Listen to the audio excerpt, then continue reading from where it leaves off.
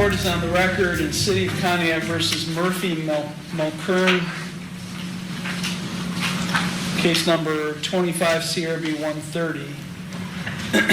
On May 27th, 2025, the defendant pled not guilty to one count of vehicular homicide and manslaughter, a first-degree misdemeanor, in violation of Section 537.02A1A of the Pontiac City Ordinances.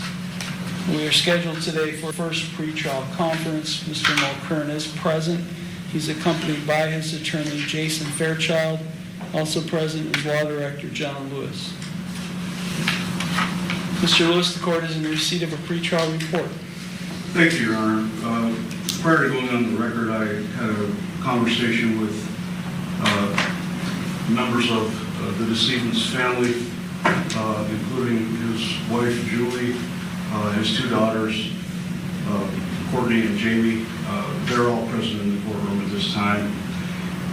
Based on that conversation and my conversations with Mr. Fairchild, the offer that's been extended to Mr. Mulkern today would be to amend the charge to vehicular manslaughter under Ordinance 537.02A2. That would reduce it to a second-degree misdemeanor. With a guilty plea to that charge, Your Honor, the city would recommend probation, supervised probation, whatever fine the court would deem appropriate, along with the court costs of the case, and also whatever length of driver's license suspension the court would deem appropriate to impose. Based on my conversation with Mr. Fairchild, his client is willing to accept the amended charge, the offer on the amended charge, or should the court permit the amendment. Thank you. Thank you. Before I inquire of Mr. Fairchild, I do have to inquire of Ms. Tupa and the two daughters, the family members. Who is the spokesperson?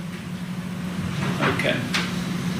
Ms. Tupa, Mr. Lewis has just outlined the terms of the proposed resolution where the original charge would be amended from a first-degree misdemeanor to a second-degree misdemeanor. Are you and the family in favor of that proposal? Yes. Okay. Thank you. Mr. Fairchild. Your Honor, as was recited by Mr. Lewis, that is what was proposed, and Mr. Mulkern is willing to change his not guilty plea to a plea of guilty to the charge as amended. With respect to the recommendation for sentencing, we would ask the court to adopt the state or the city's position. The only, with respect to probation, Mr. Mulkern does reside in New York. So supervised probation, I think, create somewhat of an issue for him. If there is a term of probation, it could be non-reporting, only because he does live in New York. He is in the Army National Guard. I would indicate to the court that we do have, if the court wants to review, I have a letter from his commanding officer that attests to his character, and obviously this is a tragic accident that happened, and we're certainly sorry for the loss, and our condolences are extended to the family. There was no, ill intent here at all. I think that everyone knows that intersection here on Route 7 and 90 can get pretty hectic up there. It's not an excuse, obviously, but it's a reality. So we would ask the court to not impose any jail and to consider a non-reporting probation. With respect to the driver's license, I did do a little bit of looking at the ordinance. The city's ordinance, the equivalent under the Ohio Revised Code, is 2903.06A4, which is a second-degree misdemeanor. And when you look at what is to be imposed under 4510.02 for such a violation, it's a Class 6 suspension from 3 months to 2 years. We would ask the court to consider the minimum 3 months, recognizing that it has to impose some suspension, but also recognizing that this wasn't situation where you had a young kid out there joyriding, speeding, driving erratically or whatever. And we would also request, because he does have a New York license, that the court consider granting occupational privileges on that suspension so that if he has to drive into Ohio during that time for work purposes, that he's able to do so. Thank you.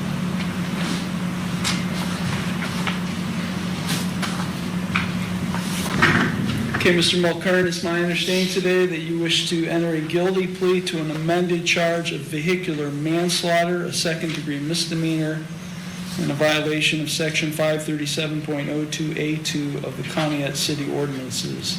Is that what you wish to do today? Yes, Your Honor. You are represented by Mr. Fairchild. Have you had sufficient time to consult with him, and are you satisfied with his counsel? I am satisfied, Your Honor. Are you currently under the influence of any drugs, alcohol, or prescription medications that might affect your thinking? No, Your Honor. Are you currently on probation, parole, community control, or post-release control with any court? No, Your Honor. I'm going to provide to you, Mr. Fairchild, a written waiver of trial rights and right to a jury trial and acknowledgement of effective plea. If you find that document acceptable, you can sign and date at the bottom. The court finds that Mr. Mulcairn and his attorney have executed in open court the written waiver. Court is hesitant to allow this amendment to go forward, but based on indications by Ms. Tupa on behalf of the family, the court will accept the amended charge. I do find the defendant's plea of guilty to the amended charge to be knowing, voluntary, and intelligent. The court will accept the guilty plea to the amended charge, and I will therefore find him guilty of vehicular manslaughter, a second-degree misdemeanor. Counsel, are the parties ready to proceed with sentencing today? Yes, Your Honor. Yes, Your Honor. Okay. Mr. Fairchild, is there anything you or your client would like to say at this time before I impose sentence? Honor, only brief, I was remiss. Mr. Mulcairn has no prior criminal history. Again, he was on his way to work and he was stopping off to refuel and get lunch when this accident happened. He's not from this area, so we've asked the court to take that into consideration and accept the state's recommended sentence with the exception of the supervised probation only because he does live in New York. Thank you. Thank you. Mr. Mulcairn, is there anything you would like to say at this time before I impose sentence? I'd just like to say I'm truly sorry, and I wish to express my deepest condolences to the family.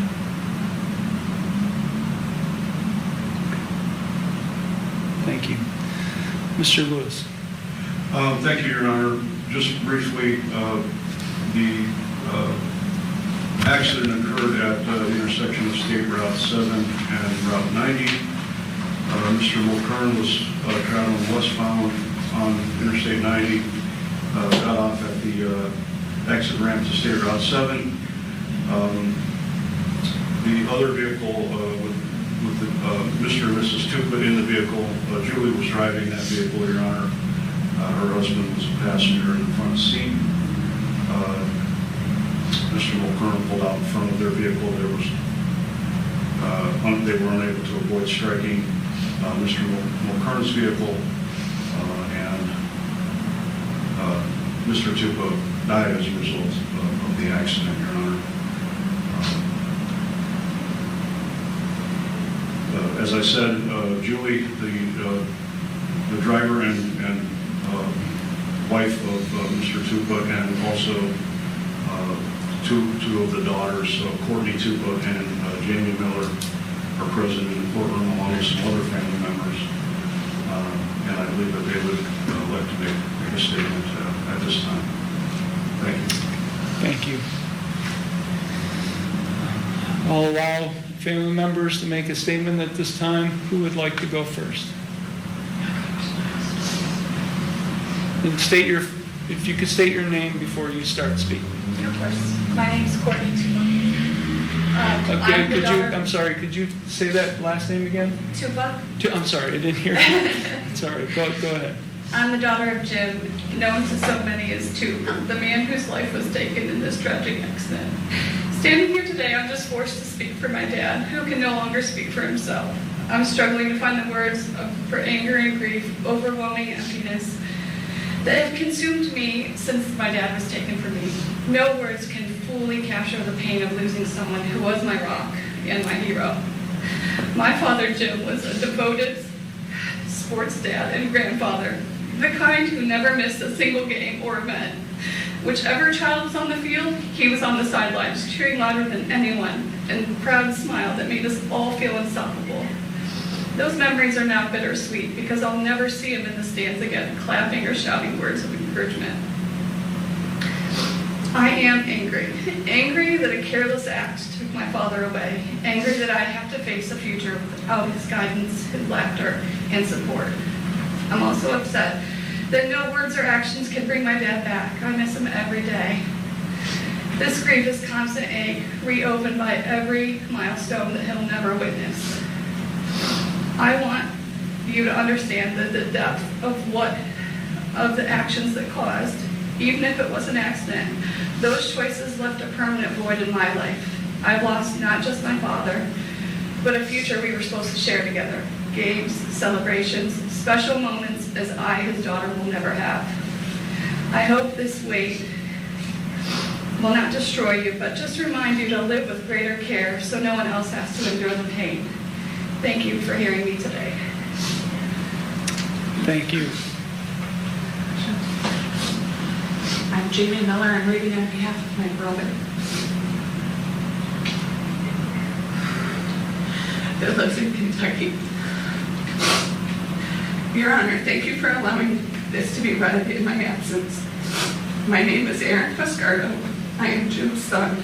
No words can truly express the devastation my family and I have endured since the tragic and untimely death of our father. His life was taken from us because of the careless actions and reckless driving by an individual. My father was more than just a parent to my siblings and I. He was a husband to Julie, a Paul, a grandpa, and a pawpaw to his grandkids, a brother, a son, a baseball coach to so many youths in different areas. His life was bigger than just his immediate family. The communities he lived in were his extended family, and his absence has left a void that nothing can fix. Every day we remember what was taken from us. We no longer have his laughter at family gatherings, his advice, even when we didn't ask for it. No more random phone calls to talk about nothing and everything all at the same time. No more surprise visits to his house and watching his eyes water up when he'd see me, not knowing I was coming. No more pictures being taken. Now we have birthdays, holidays, and ordinary days when they are marked by a profound emptiness. The trauma of his loss is a burden we carry daily, mostly in sleepless nights, unwanted anxiety, and the ache of grief that never fully goes away. Your Honor, while no decision you make can bring our father back, I ask that you consider the depth of our loss and the irreplaceable person who was taken away from us. I hope the court will hold the defendant fully accountable, not only to seek justice for my father, but to send a clear message that reckless and careless driving has real-life consequences and it destroys the lives and shatters families. Thank you for listening to my family's pain and for honoring the memory of a man who was deeply loved and forever missed. Thank you. Anyone else? I'm Julie Toop. I'm going to read a statement from my son first.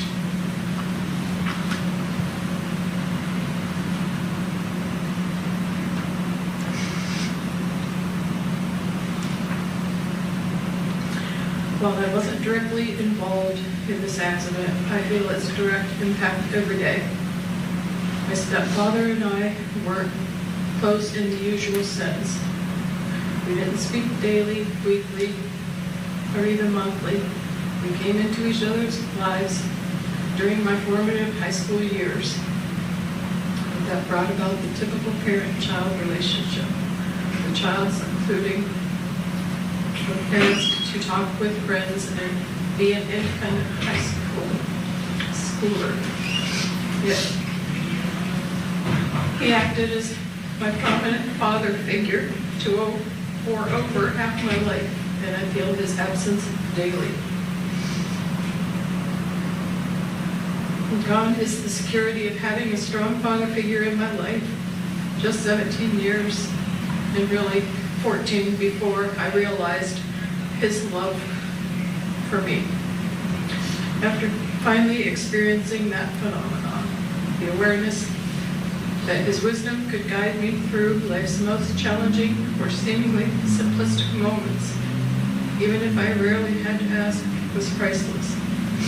We didn't always say everything we felt, but when it had been a while, he squeezed me tighter when we hugged, and we both understood each other. Well, I'll always have those memories, and I know he's still with all of us.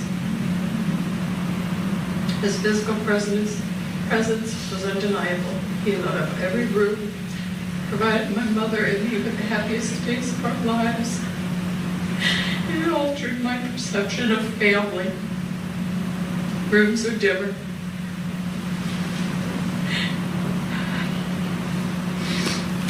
And a return to the happiest days of my life seemed too distant to fathom. Gone is my peace of mind that my mother had someone by her side, not for protection or assurance, but simply to exist with, in total partnership and love. She and my stepfather spent many moons focusing on their family, attending and coaching my baseball games at first with his grandchildren's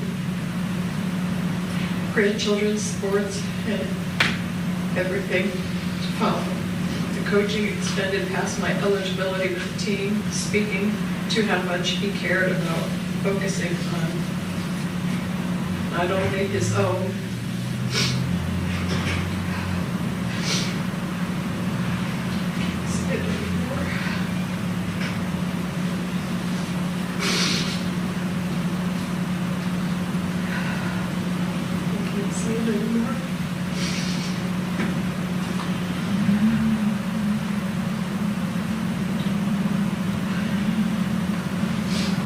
his own, but the kids in the surrounding communities.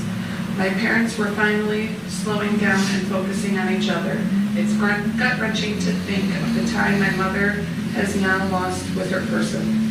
Time is tricky. We never know how much we have left with someone, but the cost of this event was not only a life, but a lively spirit who is ready to spend the rest of his life devoted to his family, my mom especially, and bring joy to everyone he touched.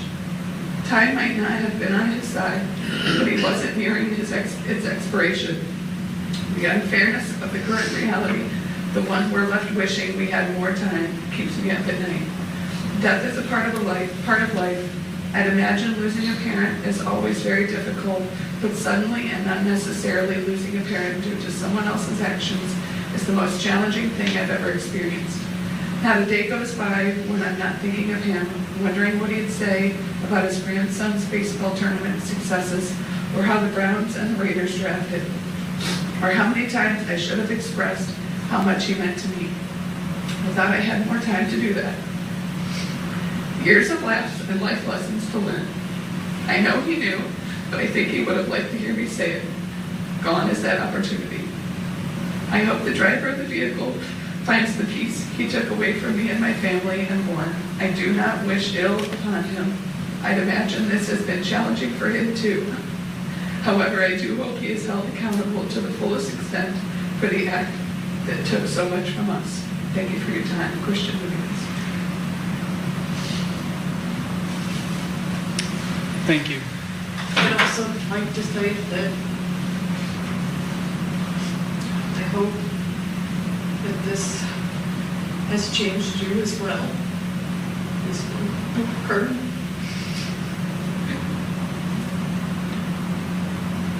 I hope it makes you more cautious when you're driving. I have to relive this moment every day.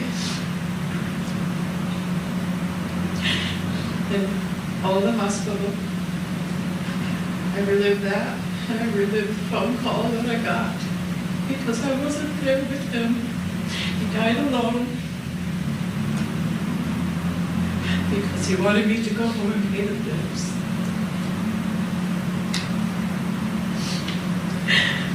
He was the person, the love of my life. It took me so long to find.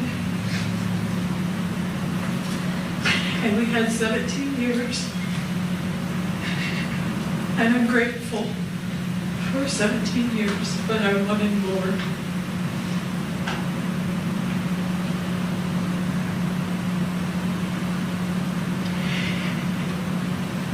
Your Honor, I'm asking you, we agreed to lower the charge so we could have the guilty plea, but I want the maximum. I want the supervised probation. I want the license suspension because it's not enough. It's not enough. So if you could do that, I would appreciate that. And thank you for letting me speak. Thank you. Mr. Fairchild, any response to any of that? Your Honor, only that we truly are sorry that this occurred. Mr. Mulcairn, like I said, was not familiar with the area. That is a dangerous intersection. It's known throughout the community. It doesn't excuse it. We're sorry for the tragic loss. We'd ask the court to accept the state's or the city's recommendation as far as sentencing. Again, with the supervised probation, obviously, if that's what the court imposes, that's what the court imposes. It's just because he lives in New York, it would make it somewhat difficult, but depending on how often he would have to report or whatever. So I would ask the court to accept the city's recommendation.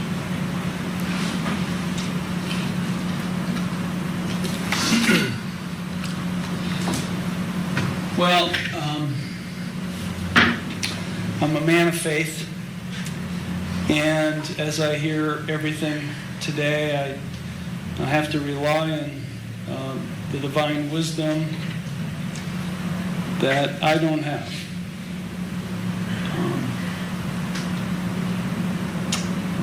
These are very difficult cases.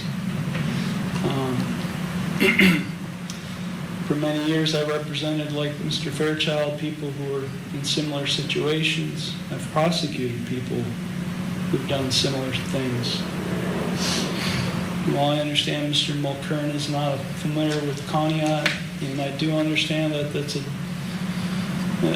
an intersection that needs some better traffic development. Indeed, it needs a traffic light.